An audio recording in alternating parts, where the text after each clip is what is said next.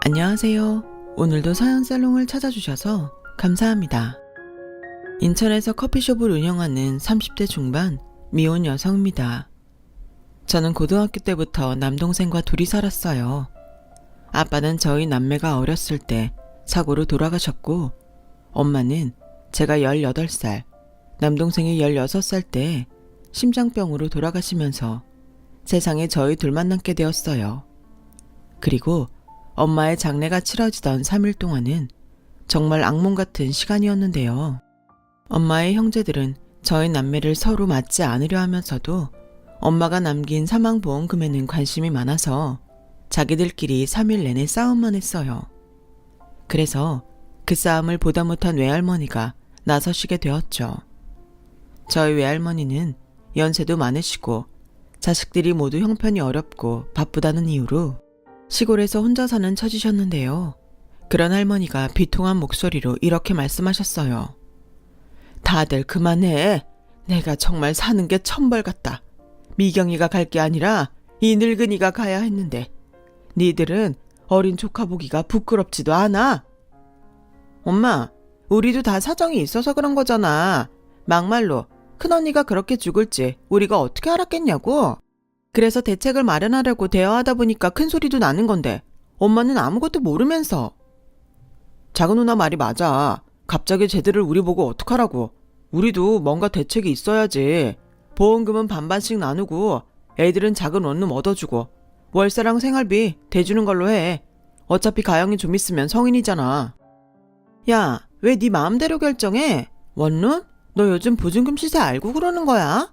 그냥 기숙방 같은 데 보내. 그리고 이제 언니 없으면 내가 맞은데 왜 반반씩 해? 내가 더 가져가야지. 누나, 염치 있냐? 난 장남이야. 됐어 이것들아. 가영이 너 선택해. 할미 따라 영욱이 데리고 시골 가서 살래? 아님 네 엄마 보험금으로 독립하고 살래? 엄마, 미쳤어? 기어코 노망이 난 거야. 누구 마음대로 그 돈을 다 줘. 미성년자라 권한도 없는데. 권한이 왜 없어? 큰애가 니들 돈 타가라고 꾸역꾸역 보험금을 냈겠냐? 참말 마. 그리고 니들은 이모도 삼촌도 아니니까 빠져. 저는 살면서 할머니 모습을 자주 보지 못했지만 할머니가 그렇게 화내는 모습은 그때가 처음이었어요. 그리고 동생과 상의 끝에 저는 시골 생활보다는 살고 있는 인천에 남고 싶다고 했는데요. 할머니는 그럼 그러라며 엄마의 보험금을 대리 수령해서 저희가 생활할 방 2개짜리 빌라를 전세로 얻어주셨어요. 그리고 엄마 보험금이라며 매달 100만 원씩 생활비를 붙여주셨는데요. 그렇게 제가 어렵게 고등학교 졸업을 하고 할머니가 제 졸업식도 참석할 겸 엄마의 남은 보험금을 줄 겸 인천으로 올라오셨어요. 그런데 전에 봤을 때보다 할머니 안색이 많이 안 좋으셨는데요. 할머니, 어디 아프신 데라도 있어요? 얼굴색이 안 좋으세요. 이 나이에 아픈 데가 없으면 그게 이상하지. 아이고, 우리 강아지들 엄마도 없이 우째 살았어. 많이 힘들었지? 할미라도 건강하면 자주 올라올 텐데. 아니에요.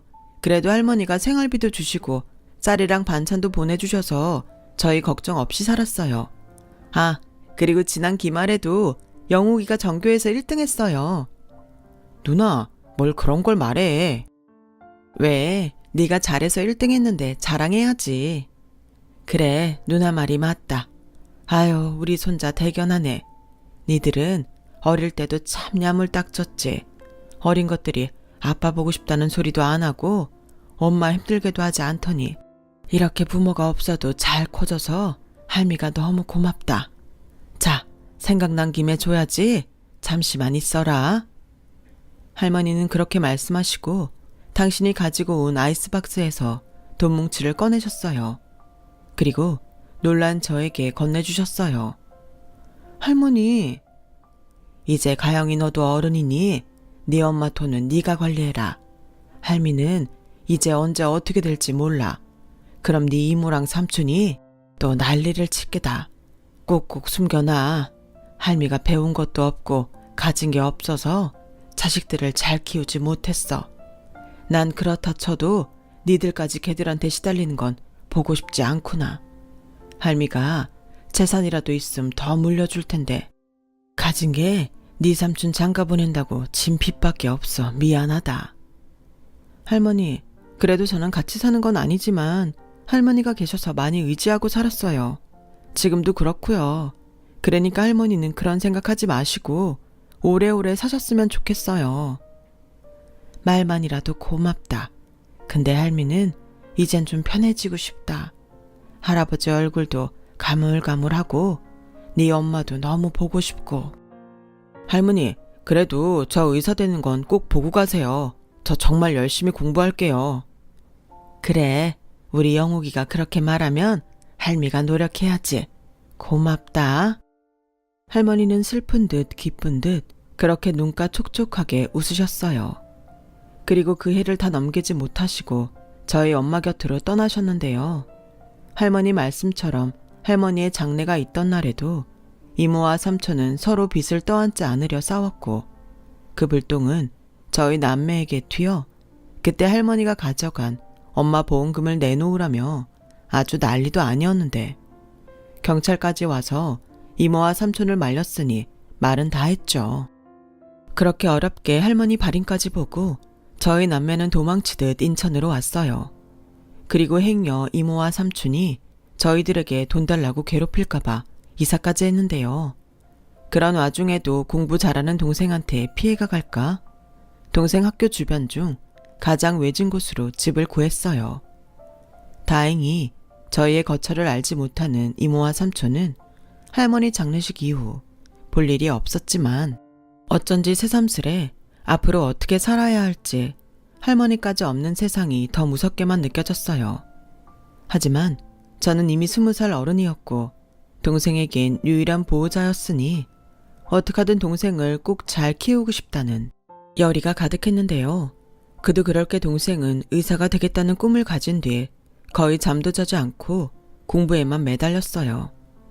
엄마가 남긴 남은 사망보험금은 많다면 많고 적다면 적은 1억 남짓이었는데 저는 이 돈을 종잣돈으로 동생 학비와 나아가서는 동생 결혼 자금까지 해결해야 한다는 생각을 했었죠. 그러면서 저절로 저의 대학이나 결혼은 감히 생각도 할 수 없는 거였어요. 동생은 자기 대학 자금은 자기가 알아서 할 테니 일단은 그 돈으로 대학을 가라고 했지만 저는 대학이 아닌 돈을 벌고 싶었어요. 이미 엄마가 돌아가시고 학교에 다니면서 커피숍 아르바이트를 하던 저였는데 몸에 익어서인지 작더라도 제 가게를 갖고 싶었죠. 그래서 나중에 쓰려고 제과제빵 자격증도 따고 바리스타 자격증까지 땄는데 어느 날 동생이 이렇게 말하더군요. 누나, 그럼 누나 가게를 내자. 나도 누나가 하루에 2-3개씩 알바하는 거 신경 쓰였어. 게다가 그 중에 하나는 야간 알바잖아. 내가 밤마다 누나 걱정을 얼마나 하는 줄 알아?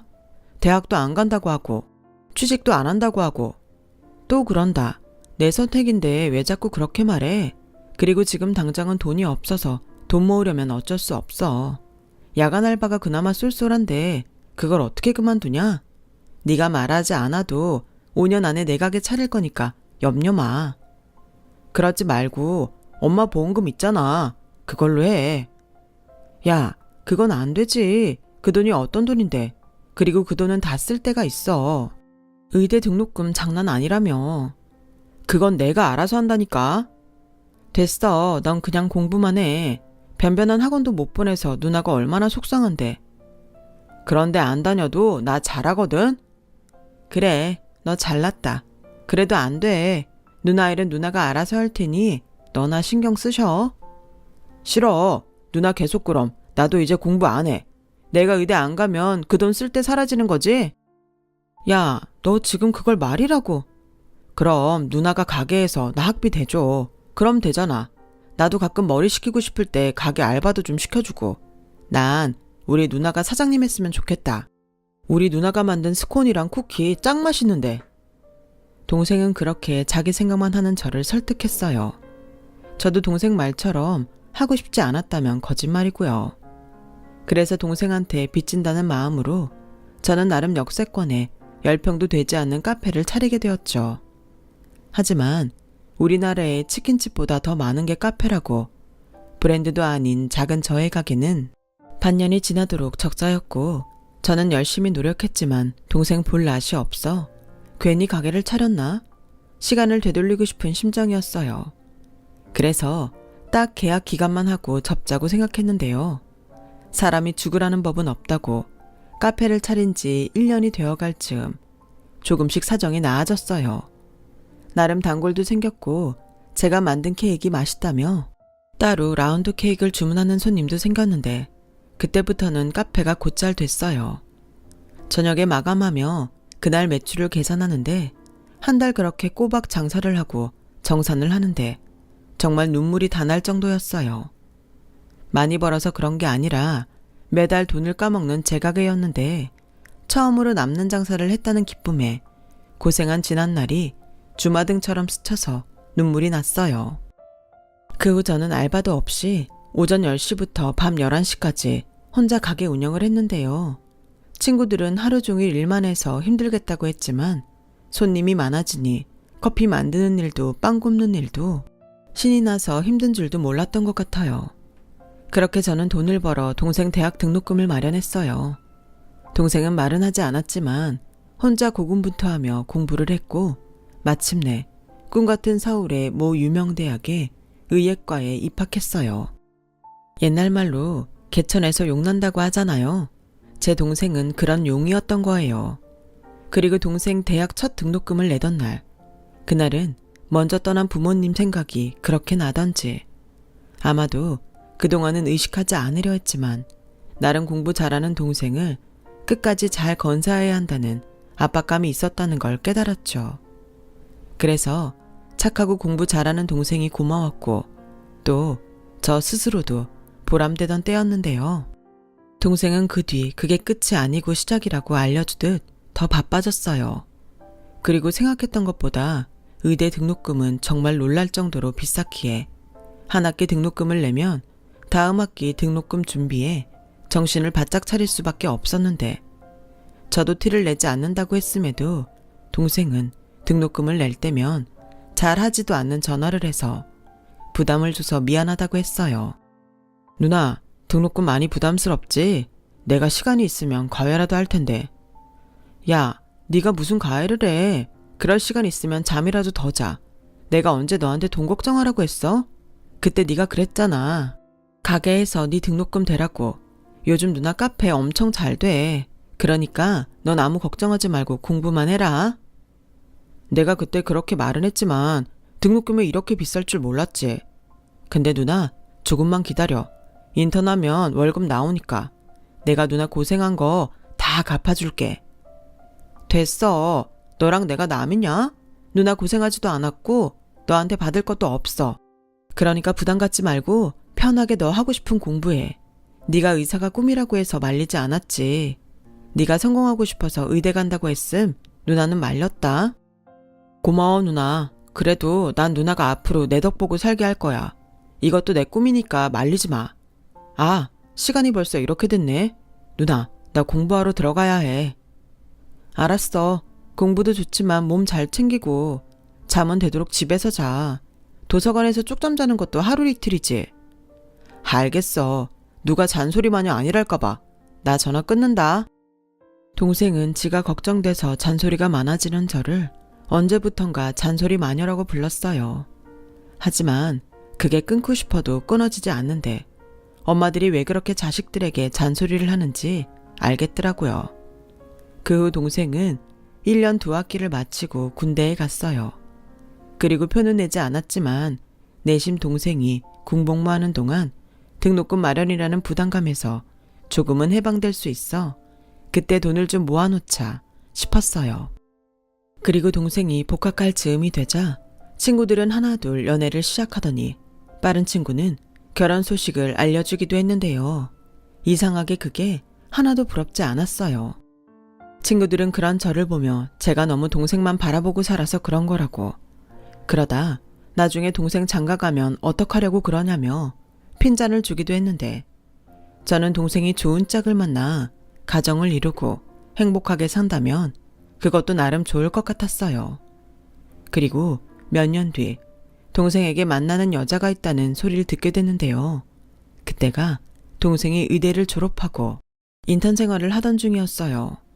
정신없이 바쁘다고 집에 올 시간도 없어서 서울에 방까지 얻어 사는 동생이었는데 뭔가 기분이 좀 이상하더라고요.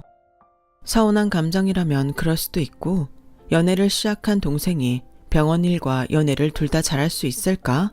걱정도 되었는데 무엇보다 가장 걱정이고 궁금했던 건 동생이 만나는 여자가 어떤 여자인가 하는 거였죠. 저도 저지만 공부밖에는 할 줄 모르는 동생이 사람 보는 눈이 있을지 누나로서 걱정이 됐거든요. 하지만 그렇다고 동생 앞에서 그런 내색은 할 수 없었어요. 행여 동생이 누나가 싫어한다는 오해를 하면 안 되니까요. 그래서 그저 속으로 좋은 사람을 만나고 있길 바랄 뿐이었죠. 그러면서 언젠가 동생이 저에게 여자친구를 보여주겠지 하는 생각을 했었는데요. 동생이 바빠서인지 그런 날은 몇 년이 지나도 오지 않았어요. 그 사이 응급실 레지던트가 된 동생은 더 정신없이 사는 듯 전화 연결도 잘 되지 않았는데 그래서 내심 여자친구와 헤어졌나 하는 생각을 했었네요. 그런데 제 생일날 어떻게 휴가를 받았는지 동생이 밥을 사주겠다고 했고 저는 너무 궁금한 연애 소식부터 물어봤어요. 너 전에 만난다는 여자친구는 어떻게 됐어? 헤어졌어? 아니, 잘 만나고 있는데 왜? 아니, 네가 하도 바쁘고 여자친구 얘기를 안 해주니까. 그럼 벌써 몇 년을 만난 거야? 이 정도 만났으면 누나 한번 보여줄 때 되지 않았어? 자기는 연애도 안 하면서 동생 여자친구는 엄청 보고 싶은가 봐. 당연하지. 그리고 누가 연애를 안 한대? 뭐야, 누나 연애해? 정말이야? 아니, 앞으로 할 거라고. 좋은 사람 만나면 당연히 해야지. 난 또. 아, 맞다. 나 누나한테 물어보고 싶은 거 있어. 원래 여자들은 그렇게 명품을 좋아해? 명품? 좋아하지. 비싸서 그렇지. 명품 안 좋아하는 여자가 있을까? 아, 그렇구나. 그럼 누나도 좋아해? 그래, 좋아한다. 근데 그런 것도 난 주제에 맞게 가져야 한다고 생각해. 능력 있는 자기 돈으로 사는 건 멋지지만 능력도 안 되면 명품만 고집하는 그런 사람은 별로지. 근데 그런 건 왜 물어? 설마 네 여자친구가 명품 좋아한대? 여자친구 집이 좀 잘 살아. 그래서 그런지 20살부터 자기는 명품 옷에 명품 가방 들었다고 하더라고. 아, 그래? 어쩌다 내 동생이 그런 금수저를 만났어? 뭐야, 놀리는 거야? 내가 먼저 좋다고 안 했다. 유진이가 먼저 좋다고 했지. 여자친구 이름이 유진이야? 이름도 예쁘네. 생긴 것도 예뻐. 근데 곧 있으면 여자친구 생일이거든? 내가 시간도 없고 그동안 선물이라고 사주면 별로 좋아하지도 않는 것 같아서 그냥 올해부터는 갖고 싶은 거 말하면 그냥 그거 사주기로 했거든. 근데 나한테 명품 가방을 사달라네? 누나, 이 가방 브랜드 알아? 동생은 핸드폰을 꺼내 뭔가 찾더니 저에게 가방 사진을 보여줬어요. 그리고 제 눈엔 가방 사진 밑에 가격이 먼저 들어왔는데요. 400만 원대의 디올 가방이었어요. 저도 들어서 알긴 했죠. 브랜드만요. 야, 이 가방 너무 비싸다. 너 그 정도 능력 있어? 레지던트 월급 얼마나 한다고 이런 걸 사주냐? 그렇긴 한데 그렇다고 비싸서 안 된다고 하자니 그것도 좀 그렇고. 어떻게 하면 좋을지 모르겠네. 지금 잔뜩 기대하고 있을 텐데. 저는 동생의 말에 은근 서운했어요. 제 생일이라고 모처럼 만나서 여자친구 생일 선물 생각만 하고 있으니 짜증까지 나더라고요. 야, 내가 볼 땐 네 여자친구 좀 그렇다. 벌써 만난 지가 언젠데 네 사정을 몰라. 아무리 자기가 금수저라 눈이 높아도 좋아하는 사람한테 부담 주는 거 아니지. 설마 너 걔 앞에서 돈 잘 버는 척 허풍 떨었냐? 누나는 참 내가 그럴 사람이야. 그리고 사귀자고 했을 때 내 사정 다 얘기했어. 누나 도움받아서 의대 나왔고 전공이 되고 돈 벌면 누나한테 갚아야 한다는 말까지 했는걸. 그래? 그때 걔는 뭐라고 했는데? 자기는 상관없대. 오히려 결혼하면 시부모님 없어서 좋다고 하더라. 그리고 전문 있다면 힘들게 대학병원 다니지 말고 개원하라고 했어. 자기 집 사위한테 병원 차려줄 능력 된다고. 그 정도 능력이 되는데 왜 너한테 가방을 사달래? 걔는 돈 안 벌어? 그냥 자기 집 백 믿고 놀고 먹는 거야? 너 행여 개원해준다는 말에 혹해서 여자 만나고 그러는 거 아니지? 누나, 나 유진이 좋아하거든? 유진이가 부자여서 좋은 거 아니야. 애교도 많고 만나면 설레고 좋아서 만나는 거지. 그리고 유진이는 내가 바빠서 잘 못 만나도 일 때문에 그런 거니 괜찮다고 해줘. 요즘 그런 여자 없어. 또 유진이는 부모님이 힘들게 남 눈치 보면서 일하지 말고 용돈 받아서 쓰고 결혼했으면 하시던걸. 아, 그러셔? 걔가 복이 많은 애구나? 부럽다. 그리고 가만 보니 걔도 걔지만 네가 더 좋아하네. 에휴, 그럼 나도 모르겠다. 네 연애사 네가 알아서 해. 저는 동생 말을 듣고 슬슬 걱정이 됐어요. 세상 물정 모르는 돈 많은 아가씨 같은데 자칫 잘못하면 제가 남자친구의 심술궂은 누나가 될 수 있을 것 같더라고요. 그래서 마음은 그러지 않았지만 동생의 연애사에 참견하지 않으려고 했어요. 자기가 너무 좋아서 무리를 하면서까지 명품 가방 선물을 사준다고 해도 그걸 말릴 수는 없겠다 싶었죠. 그 후 동생은 바쁘기도 했고 저에게 어지간해서는 여자친구 얘기를 꺼내지 않았어요. 아무래도 제가 전에 뭐라고 한 부작용 같았죠. 그러면서도 꽤 오래 만나는 것 같았는데 제 동생이 국시를 치르고 전문의를 따자 슬슬 결혼 얘기가 들려왔어요. 누나, 만약에 내가 결혼한다고 하면 누나 서운해? 서운하냐고? 내가 왜? 근데 너 이제 막 전문의 땄는데 너무 이르지 않아? 누나 생각엔 자리 좀 잡고 하는 게 좋을 것 같은데?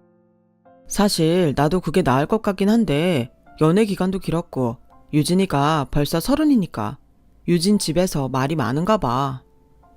하기사 그쪽은 또 그럴 수 있겠다. 그나저나 그렇게 오래 만날 동안 나는 한 번도 안 보여주고 누나 서운하다. 나도 기회 있으면 소개해주고 싶지. 근데 아무래도 여자친구 입장에선 누나라고 하니까 부담스러운 것 같아서. 근데 결혼 얘기 오가는데 안 그래도 내가 자리 한번 만들어 보려고 했어. 동생은 그렇게 말은 했지만 여전히 바빠서 그런 시간을 도무지 잘 내지 못했어요. 저는 그 사이 동생이 청약이라도 돼서 아파트라도 하나 갖고 있으면 부잣집에 장가 가더라도 기가 죽지 않을 것 같아 동생한테 말해 청약을 꾸준히 넣게 했는데요. 그러던 중 동생 명의로 청약에 당첨이 되었어요. 평수는 그렇게 넓은 건 아니었지만 좋은 위치의 대단지 아파트였기에 정말 잘 됐다 싶었죠. 동생도 믿기지 않는다고 했어요. 그러면서 당첨된 아파트에 들어가는 돈은 자기가 알아서 할 거니 저에겐 신경 쓰지 말라고 했는데 동생은 내심 그 아파트를 신혼집으로 쓸 궁리를 하는 것 같더라고요. 그리고 아파트 청약이 된 뒤 동생은 아파트가 지어지는 기간을 기다렸다가 결혼을 하자고 여자친구와 말이 된 것 같았고 그 사이는 대학병원에서 근무를 했는데 의사가 되기는 어려워도 전문의까지 된 동생은 거짓말처럼 벌이가 많아지니 씀씀이도 커졌어요. 글쎄 저에게도 명품 가방을 턱 하고 사주는데 보기보다 은근 제가 저래도 되나? 걱정이 되더군요. 야, 뭐하러 이런 비싼 가방을 샀어? 누나, 그냥 받아. 누나가 힘들게 내 뒷바라지 했는데 누나도 이제 누리고 살아야지. 그러지 말고 내가 누나 차 한 대 사줄까? 누나 지금 끌고 다니는 경차 그거 위험하다. 사람들이 경차 타는 여자면 도로에서 얼마나 무시하는 줄 알아? 내가 차를 타면 얼마나 탄다고. 그리고 너 이렇게 갑자기 씀씀이 커지면 위험한 거 알지? 아파트 중도금도 내야 하고 결혼이야 내가 도와주긴 할 거지만 너 앞으로 큰돈 쓸 일 많아. 정신 차려. 에이 누나 나 의사야. 우리도 이 정도는 누리고 살자. 그리고 내 꿈이 원래 누나 호강시켜주는 건지 몰라? 그리고 나 누나가 걱정할 만큼 생각 없지도 않아. 유진이 보니까 누나 생각이 나서 그래. 장가갈 때가 돼서 그런가? 안 하던 짓 하네. 그래, 여자친구랑 아직도 좋아? 뭐 이젠 서로 익숙해졌으니까. 그리고 유진이 부모님이 잘해주셔서 사실은 더 결혼하고 싶어졌어. 너 벌써 그 집에 인사하고 온 거야? 그럼 유진이랑 만난 지가 언젠데. 생신 때도 인사드리고 명절에도 인사 갔어. 너 명절에 바쁘다고 집에도 못 왔잖아. 아, 그냥 잠깐 짬내서 밥만 먹고 왔어. 저는 동생 말에 기분이 상했어요. 그리고 아무리 좋게 생각하려 해도 동생이 만나고 있다는 여자가 좀 괘씸하게도 느껴졌는데요. 왠지 부모도 아니고 누나라 무시당하는 그런 기분이 들었거든요. 그렇다고 이제 와서 나는 그 여자가 마음에 들지 않는다고 말하는 것도 별로 같았고 엄한 화살은 동생을 향했죠. 동생이 가운데서 역할을 잘해야 하는데 아무래도 할 줄 아는 게 공부밖에 없었으니 자기 여자친구한테 휘둘리고 있는 것 같았어요. 게다가 보름에 한 번 정도는 제가 동생 자취방에 반찬 같은 걸 가져다 주는데 척하면 척이라고. 여자친구라는 애가 동생 집에 드나들고 있다는 걸 쉽게 알 수 있었어요. 자기 물건이 아무렇지 않게 널려 있는데 남자친구 집 치워주기까지는 바라지 않지만 자기 물건까지 어지르고 가는 경우는 또 뭔지 헛웃음이 나오더군요. 결혼 후에 둘이 어떻게 살지 안 봐도 비디오 같았어요. 그렇게 얼굴도 보지 못한 채 동생의 여자친구가 조금씩 마음에 들지 않았는데 결정적인 일이 벌어졌죠. 그때는 아침에 오픈 준비를 하는데 처음 느끼는 복통에 동생에게 가장 먼저 전화를 하게 됐고 동생이 보내준 구급차에 실려 동생이 일하는 병원 응급실에 갔는데요. 아무래도 위경련의 원인은 너무 다양해 검사를 하는 게 좋겠다고 했어요. 그날이 다행히 동생이 오프라 고맙게도 제 곁에 있어줬는데 동생이 아무리 사정을 말해도 동생의 여자친구는 오픈 날 자기를 만나지 못한다는 동생에게 화가 났는지 계속 독촉 전화를 하는 것 같았어요. 최영욱, 그러지 말고 병원에서 보자 그래. 이참에 나도 같이 보게. 누나, 그래도 그건 좀... 왜? 어차피 둘이 결혼한다며. 내가 일부러 말하지 않으려고 했는데 나 솔직히 이건 아니다 싶은 거 많아. 내가 아무리 부모도 아니고 누나라지만 무시당하는 것 같아서 기분 나쁘다고. 에이, 누나 왜 그래? 그냥 유진이가 철이 없어서 그래.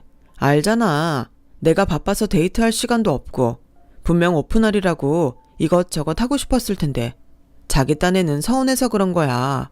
누나가 좀 이해해줘. 아이고, 공자 선생님 나으셨네. 누나가 한 번만 말하는데 너 걔한테 너무 휘둘리지 마. 괜히 시누이 짓 한다는 소리 듣고 싶지 않아서 참고 있지만 결국엔 결혼하면 한 식구인데 이럼 너나 걔나 다 불편하다? 알겠어. 내가 중간에서 잘할게. 그리고 유진이한테도 잘 얘기할게. 누나 마음 풀어. 가뜩이나 위경련 온 사람이 뭘 그렇게 예민하게 굴어. 내가 그러고 싶어 그러냐? 잘 하라고. 엄마가 돌아가시고 동생과 단 둘이 살면서 그래도 저는 혼자가 아니라 둘이라고 생각했는데 그날은 어쩐지 저만 편이 없는 것 같았어요. 친구들 결혼하고 애 낳아도 부럽다고 생각한 적 없던 저였는데 몸이 아프니 마음도 약해지는 것 같았어요. 게다가 제 앞에서 막무가내로 자기 여자친구를 감싸는 동생을 보며 마음도 썩 유쾌하지 않았는데요. 그렇게 몇 달 후 드디어 올 것이 왔어요. 동생이 바빠서 얼굴은 못 보고 전화로 상견례 얘기를 꺼냈거든요. 아직 아파트 완공되려면 멀었는데 뭘 그렇게 서둘러. 난 아직 걔 얼굴도 못 봤는데. 그거야 유진이보다 내가 바빠서 그러지. 그렇다고 초면에 나 빼고 둘만 만날 수 있어? 그것도 좀 이상하잖아. 근데 유진이네 집에서 마음이 좀 급하신가 봐. 일단 결혼 날짜라도 미리 잡자고 하시네. 뭐 예상하지 못한 일은 아니니까. 근데 상견례 전까지 정말 시간 안 돼? 누나가 밥 한 끼 사줄 테니까 여자친구랑 좀 보자. 미안. 요즘 수술이 너무 많아서 시간 내기가 힘들어. 벌써 집에도 한 달째 못 들어갔다. 그래도 내가 최대한 시간 내볼게. 저는 어쩐지 동생이 연애를 시작한 후 동생과 예전처럼 좋게 지내지 못하는 것 같아 내심 미안했어요. 제가 자꾸 여자친구에 대해 안 좋게 얘기를 해서 동생이 저를 불편해하나 싶기도 했고요. 그래서 어쨌든 우리 집 식구가 될 사람이니 좋게 생각하고 동생이 결혼하면 더는 동생에게 신경 쓰지 말고 저도 제 인생을 좀 즐기며 살자고 생각했는데요. 그래도 결혼이라는 게 제가 경험이 없어 그런지 마냥 쉽게 넘길 일은 아니더군요. 저는 먼저 결혼한 친구들에게 물어 결혼 전에 뭘 준비하면 좋을지 또 예산은 얼마를 잡을지 물어봤는데 제가 상의하려고 연락을 하면 동생은 무조건 저는 신경 쓰지 않아도 된다고 했어요. 결혼은 자기 힘으로 할 거니 저는 그냥 참석만 하면 된다고요. 그런데 누나인 제가 어디 그럴 수 있나요? 또 상대 집이 그렇게 부자라면 저라도 동생 기죽지 않게 뭐라도 더 해줘야 한다는 생각만 커졌는데 그렇게 동생 여자친구도 보지 못한 채로 상견례 날짜가 잡혔어요. 누나, 미안해. 시간이 딱 상견례 날짜밖에는 어려워서 여자친구도 결혼 전에 해둘 게 있다고 요즘은 좀 바쁘고. 알겠어. 네 여자친구는 상견례 때 보면 되니까 너무 신경 쓰지 마. 그나저나 상견례 때 입고 갈 제대로 된 양복은 하나 있어야 하지 않아?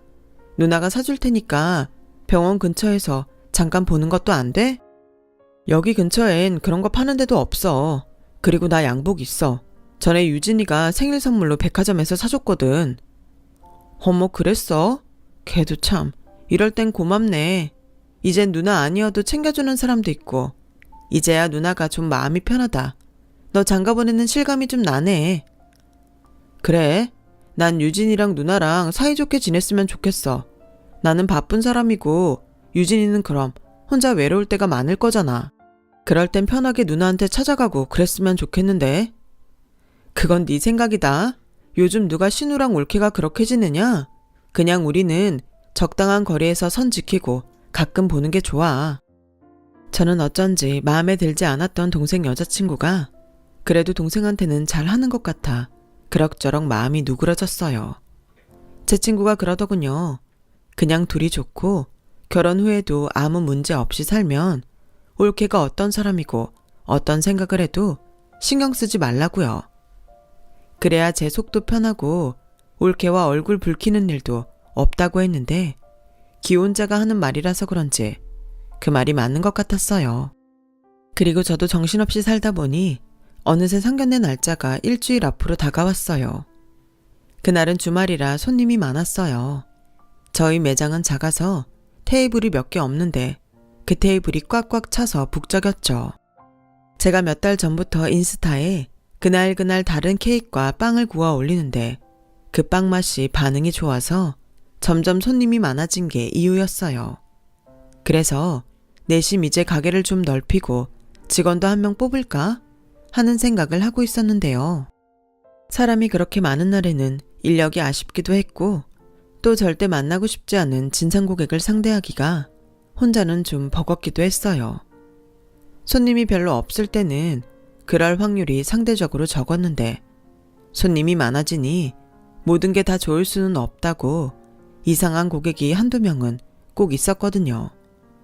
그리고 그날도 그런 손님이 한 명 있었어요.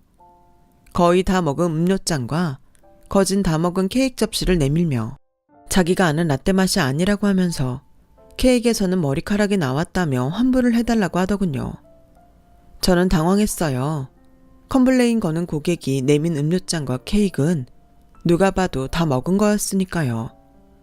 그래서 음료 맛이 어디가 이상하냐고 구체적으로 말해달라고 했고 케이크에서 나온 머리카락 색이 노랗길래 저는 노란 머리가 아니라서 이상하다고 했어요. 그러자 그 손님은 대뜸 이렇게 화를 내더군요.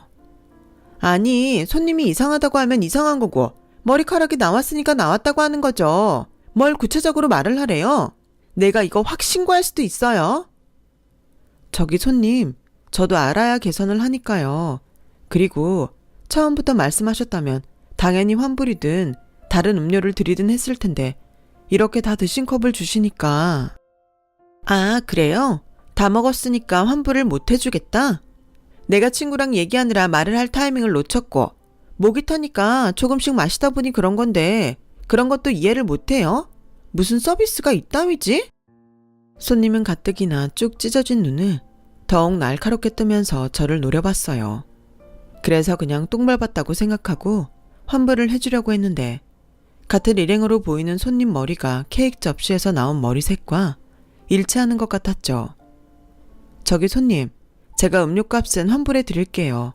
그런데 케이크에서 나온 머리카락은 아무래도 일행분 머리카락 같네요. 뭐라고요? 이봐요. 이깟게 얼마나 한다고 치사하게 굴어요?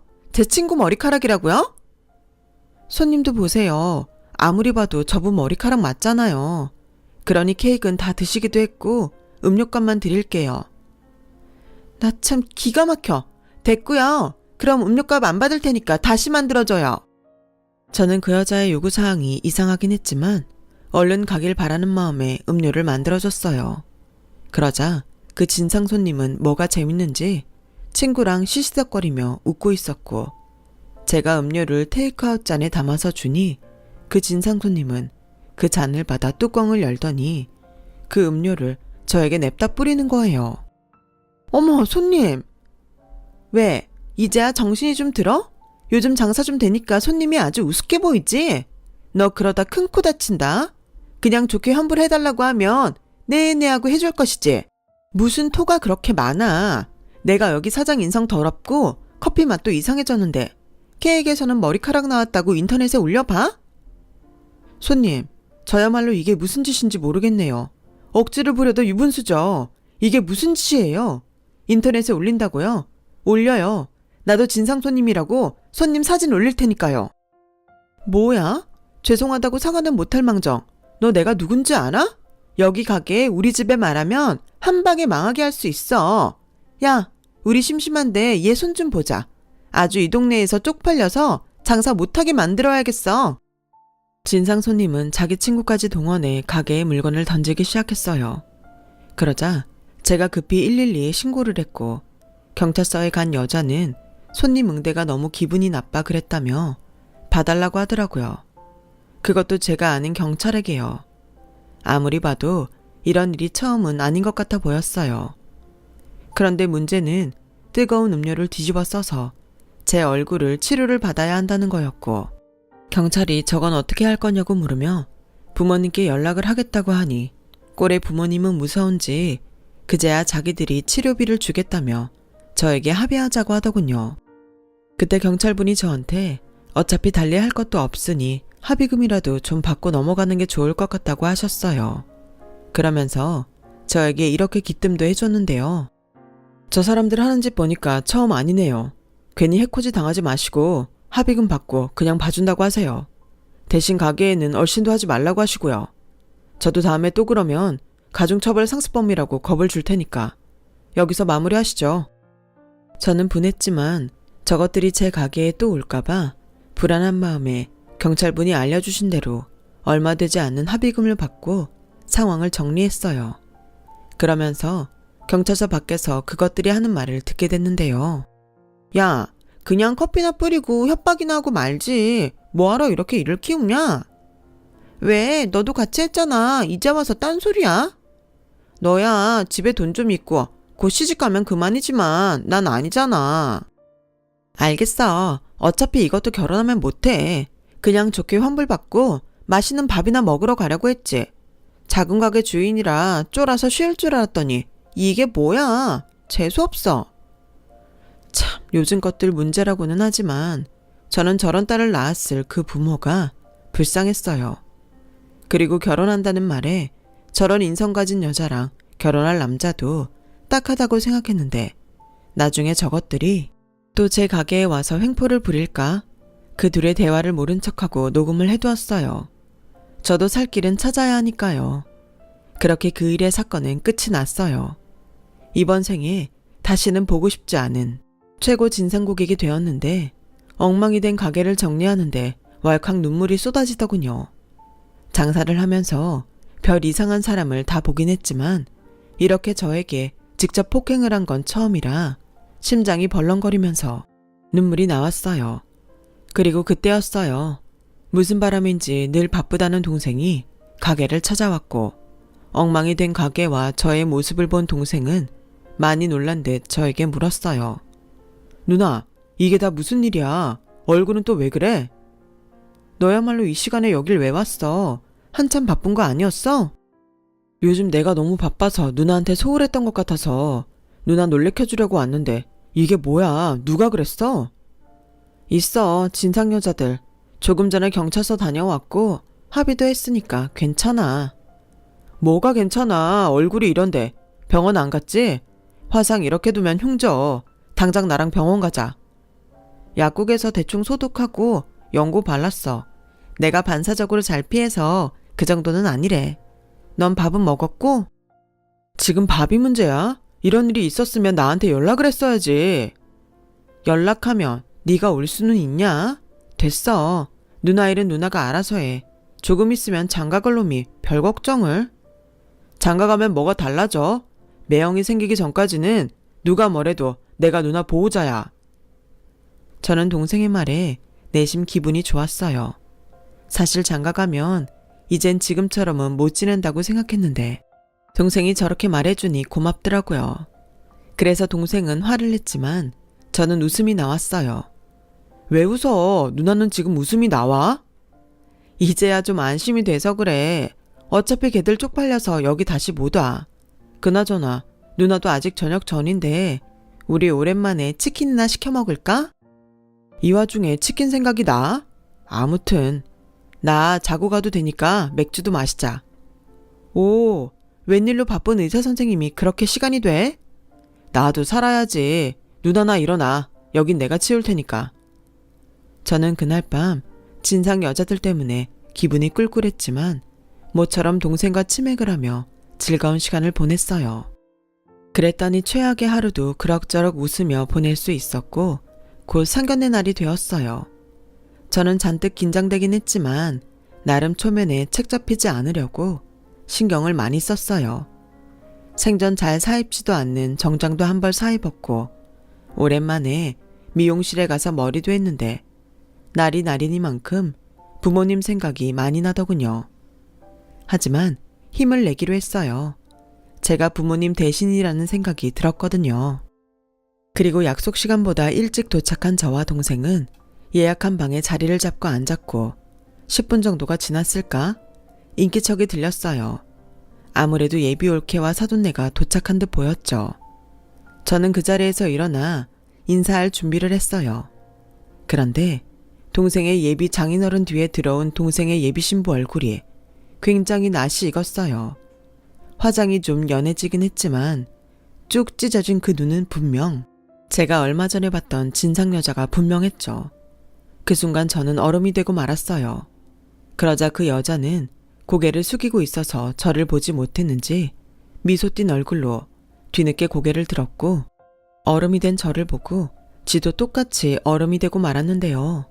저희 둘의 사정을 모르는 제 동생과 그 여자의 부모님은 서로 안부를 나누며 반갑게 인사를 나눴어요. 영욱이 오랜만이네. 잘 지냈어? 네, 어머니. 어머님도 그동안 잘 지내셨죠? 아버님도요. 그럼. 그리고 자네는 이제 사위 될 사람인데 영욱이가 뭐야? 최서방이라고 불러. 아유, 아들 같아서 그러지. 근데 누님은 어째 안색이 안 좋으신가? 무슨 일 있으세요? 안녕하세요. 초면에 죄송한데 안색이 안 좋은 건 그 댁따님도 마찬가지 같은데요. 네? 너 왜 그래? 여기 도착할 때까지도 신났었잖아. 그게... 내가 말할까요? 아니면 네가 말할래요? 누나, 왜 그래? 너 똑바로 들어. 나 이 결혼 반대야. 얼마 전에 우리 가게에 와서 난리치고 나한테 뜨거운 음료 부은 애 있지? 그게 쟤야. 뭐? 언니, 오해해요. 그러니까. 너 왜 그래? 음료를 부었더니 이게 다 무슨 말이야? 안 사돈 분은 제 말과 자기 딸의 반응에 당황한 듯 말했어요.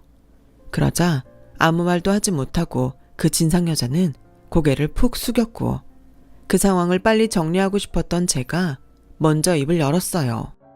그리고 경찰서에 가져가느라 저장해뒀던 그날 있었던 문제의 CCTV 영상을 그댁 부모님께 보여드렸고 경찰서 밖에서 합의해서 재수없다고 떠들던 음성 파일도 친절하게 들려드렸네요. 정말 숨이 막히는 고요가 흘렀어요. 제 동생도 충격이 큰지 여자친구에게 눈을 떼지 못하더군요. 그리고 믿을 수 없다는 듯 말까지 더듬으며 제 동생이 지 여자친구한테 물었어요. 너 원래 이런 애였어? 네가 우리 누나한테 뜨거운 음료 뿌린 거냐고. 그것도 모자라서 가게까지 엉망 만들고. 오빠, 그게 있잖아.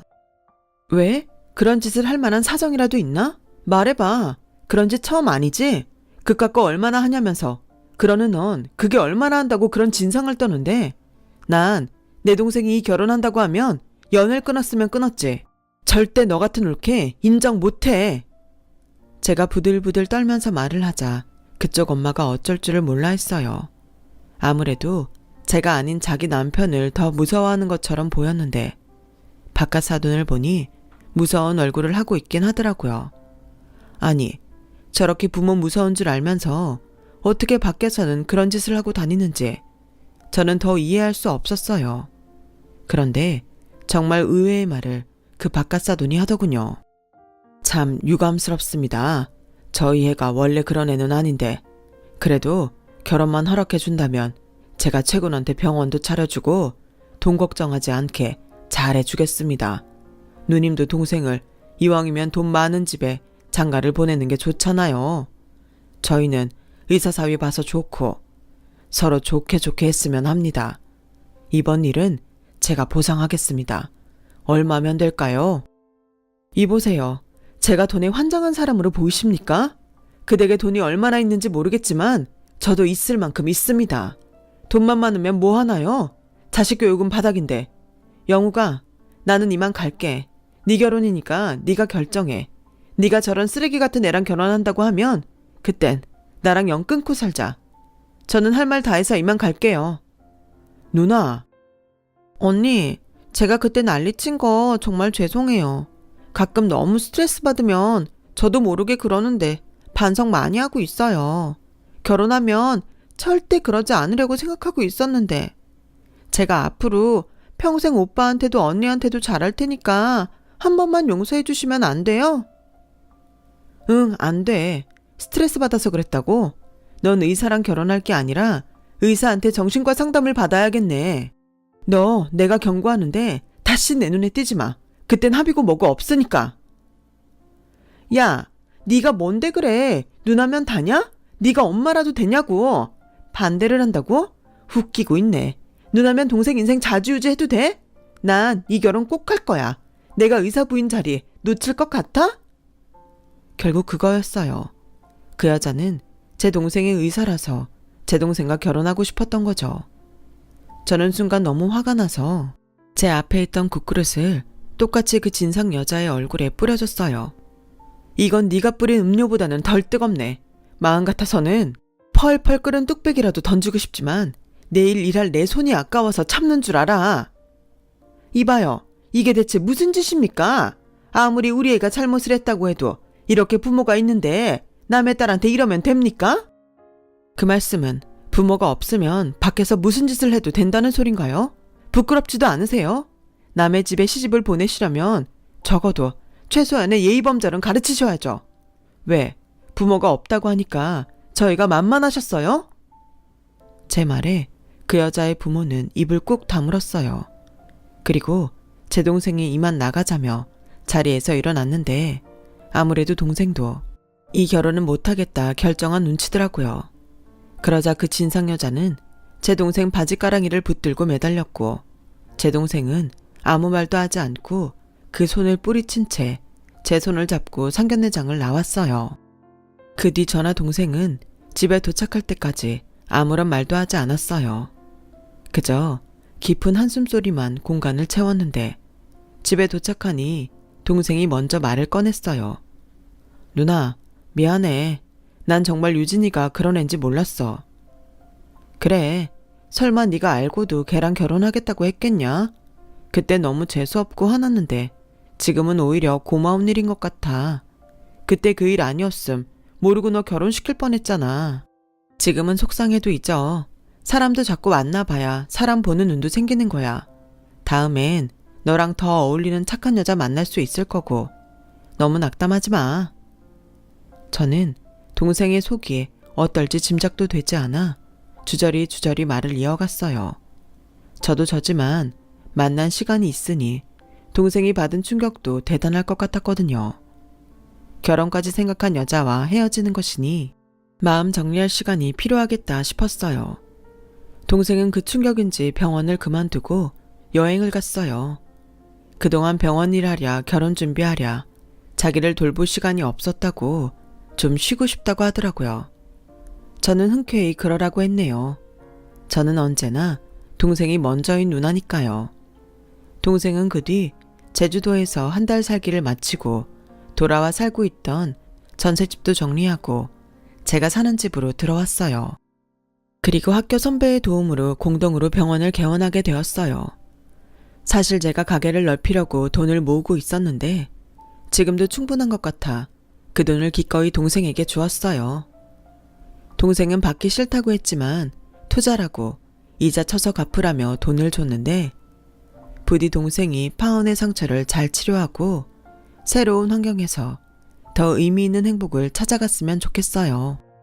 좋은 인연을 하루라도 빨리 만난다면 더없이 좋겠고요.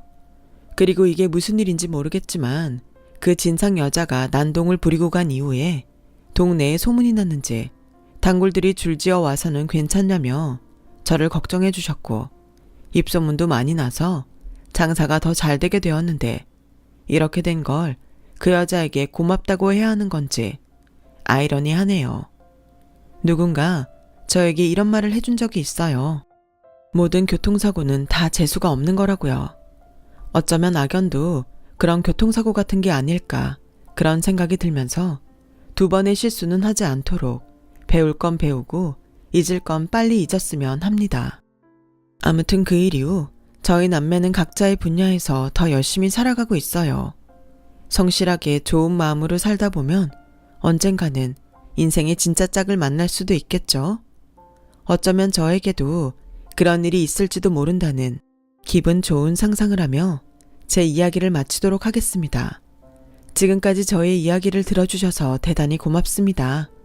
언젠가 저도 기혼자가 된다면 행복한 사연으로 다시 사연을 보낼 수 있었으면 좋겠습니다. 항상 건강하시고 행복하세요.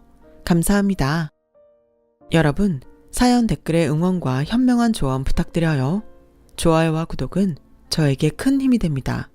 오늘도 좋은 일 가득하세요.